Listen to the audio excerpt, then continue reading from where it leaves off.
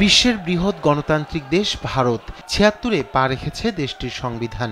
এ উপলক্ষে সংসদে দীর্ঘ সময় বক্তব্য রাখেন দেশটির প্রধানমন্ত্রী নরেন্দ্র মোদী। শনিবার সংসদে সংবিধান নিয়ে আলোচনায় প্রধানমন্ত্রী নরেন্দ্র মোদীর বক্তৃতার অধিকাংশ জুড়েই ছিল গান্ধী পরিবার। জওহরলাল নেহরুর অধ্যাদেশ থেকে ইন্দিরা গান্ধীর জরুরি অবস্থা সবই উঠে আসে মোদীর বক্তৃতায়। কংগ্রেস কখনো নিজেদের কলঙ্ক মুছতে পারবে না বলেও মন্তব্য করেন নরেন্দ্র মোদী।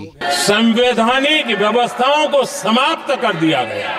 সংবিধান সংসদে গৃহীত হওয়ার পর ৭৫ বছরে ৫৫ বছরই রাজত্ব করেছে একটা পরিবার। কংগ্রেসের সেই পরিবার সংবিধানকে আঘাত করার কোনো সুযোগ ছাড়েনি। সংবিধানের ২৫ বছর পূর্তিতে ভারতীয় সংবিধান ছিঁড়ে ফেলা হয়েছিল।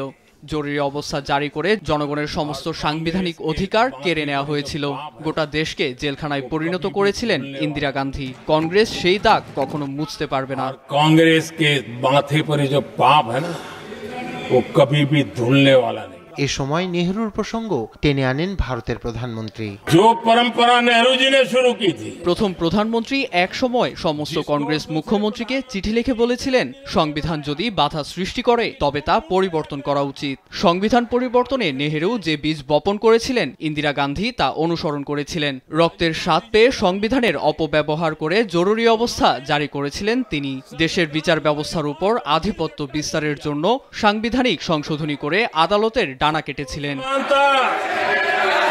মোদীর অভিযোগ ৬০ বছর মেয়াদকালে ৭৫ বার সংবিধান পরিবর্তন করেছে কংগ্রেস সরকার। সংবিধানকে আক্রমণ করতে কোনো সুযোগ ছাড়েনি একটি পরিবার। কংগ্রেস এতটাই রক্তপিপাসু ছিল যে সংবিধানের আত্মাকে বারবার রক্তাক্ত করতে থাকে। এছাড়াও রাজীব গান্ধীকে ভোট ব্যাংকের রাজনীতি বলে আক্রমণ করেন মোদী। আর পুরো দেশের উন্নয়নে তার সরকার কি পদক্ষেপ নিয়েছে তাও শনিবার সংসদে তুলে ধরেন তিনি। राजीव गांधी जी प्रधानमंत्री बने, उन्होंने संविधान को एक और गंभीर झटका दे दिया। রায়হান কবি শুভ্র, নিউজ ডেস্ক, দেশ টিভি।